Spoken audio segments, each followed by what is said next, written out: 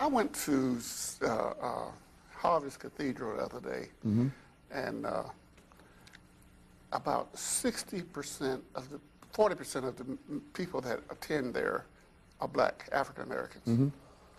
This is basically, it's a white pastor, and I'm not trying to put race into it, but it's a white pastor. And a lot of black people are joining white churches. They got a church down in Warner Robins, Hope International, I think it is. It's almost the same thing going on. But when I go to churches like your church and some other big churches around here or across the state, I don't see a large number of white people joining your churches, churches that are pastored by African Americans. Why is that? Well, let me say, first of all, I know Brother Steve over at Harvest Cathedral. He's a good man, a good preacher. I know Bishop Jeff Poole. He's a good friend of mine. In fact, I'm a member of the board of his church. And so these are both great men of God, and I admire their ministry. And I think it's a good thing that their congregations are multicultural. I believe that that's what the church ought to be. And I wish that our church were more multicultural. When I was in Nebraska, of course, living in a place like that where there were certainly about 80 or 90% Caucasians, part of our mission statement was to reach a multicultural kind of audience.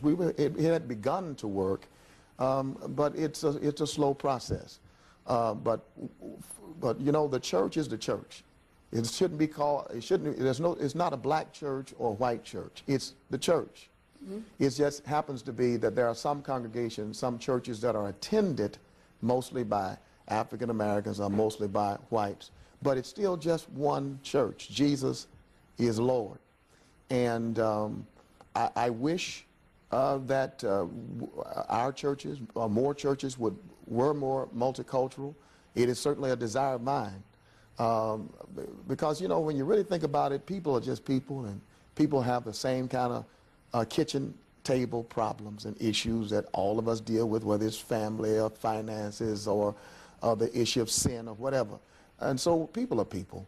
But it may be that that Caucasians maybe or white people may not be ready to join a black church. You know, our worship styles are different, and that's a good thing. What we need to learn to do is celebrate those differences and learn from those differences.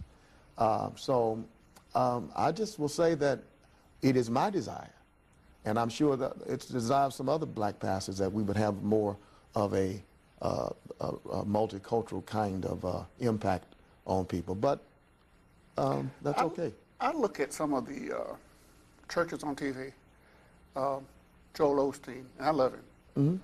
I love his message. I love his style. He's smiling all the time, you know, and he's always had something positive to say.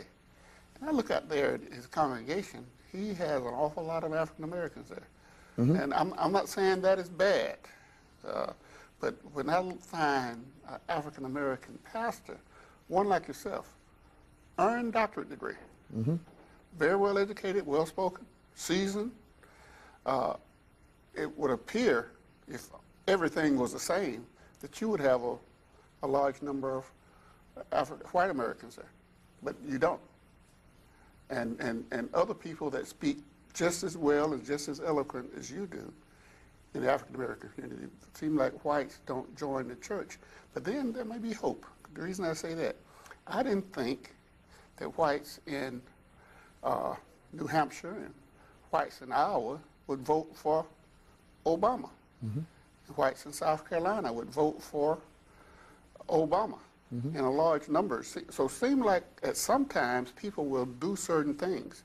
But I listen to you. I've listened to Dewey Smith. But I say especially you because of the educational background. It just seems like more whites would join Beulahland Bible Baptist Church. Well, again, that's an individual decision, and a decision that I have absolutely no control over. All I'm going to try to do is be faithful to proclaiming the good news, preaching sound biblical